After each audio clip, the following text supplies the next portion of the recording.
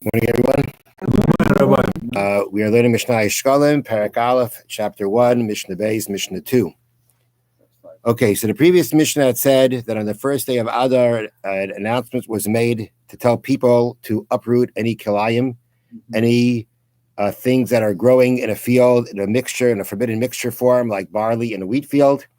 They used to go ahead and announce to people to take out what doesn't belong there. 2 weeks later, they sent out the inspectors to see if it was done. Mm-hmm. And now the Mishnah is going to discuss what exactly would happen if they found that people did not uproot their kalayim. Rabbi Yehuda said, Barishan originally, Hayu Oikrin, the inspectors, if they would see a person did not pull out the kalayim, the mixed in grain, they didn't uproot the grain that shouldn't be, that didn't uproot one of the grains that shouldn't be there, they would uproot it, and then throw it in front of them. Meaning they would, in front of the field, they would take all the stuff that they had uprooted, and basically pile up in front of the field as a way of embarrassing the owners for what they did. It was publicizing what they did. Look, these guys in front of this field, in this wheat field, they had this barley.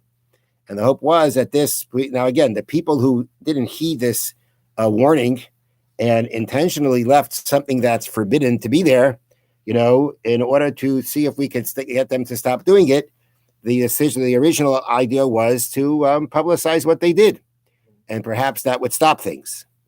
But once sinners increased, now what that means is like this. That means is that things backfired. In essence, people decided, hey, why do I got to pull it out for? I'll let the inspectors do it, even though they're not supposed to do that because of the fact that, immediately they're obligated to uproot it, and they're sinning continuously if they don't uproot it. But the attitude became, number one, let them do it. And number two, you know what? I'll give it to my animals to eat. After it's uprooted, I'll feed it to my animals. If we were talking about a situation where you had, let's say, wheat planted in a vineyard, kilaya kerem it's called, the mixture in the vineyard, then what grows there becomes forbidden to have benefit from. But that's not what we're talking about here. We're talking about here, it was two grains that cannot be planted together. It doesn't make what grows forbidden to have benefit from. And therefore, people are like, number one, they pulled it out for me. Number two, I can feed it to my animals.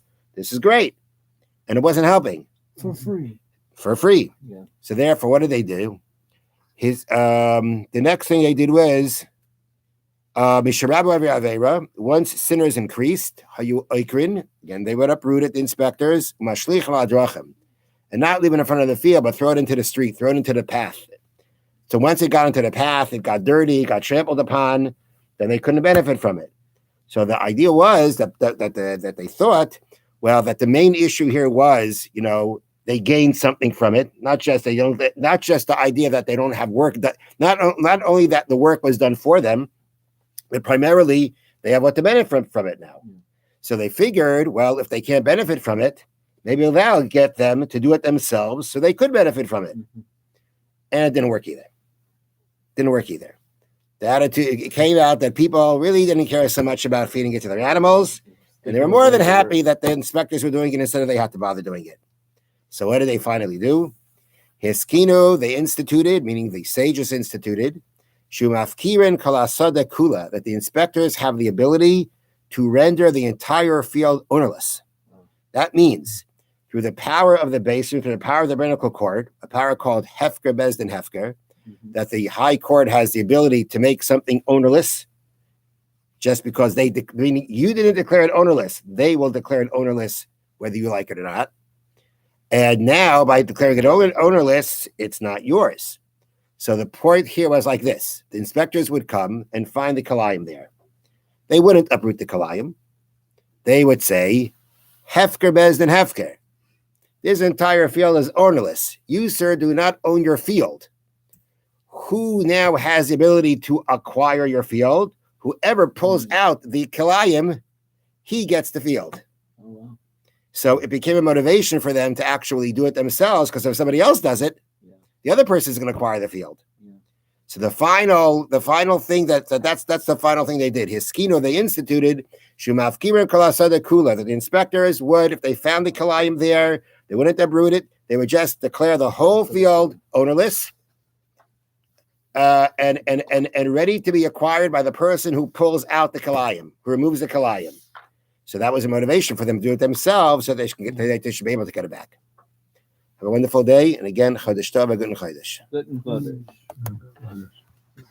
Thank you, Rabbi. Thank you, everybody.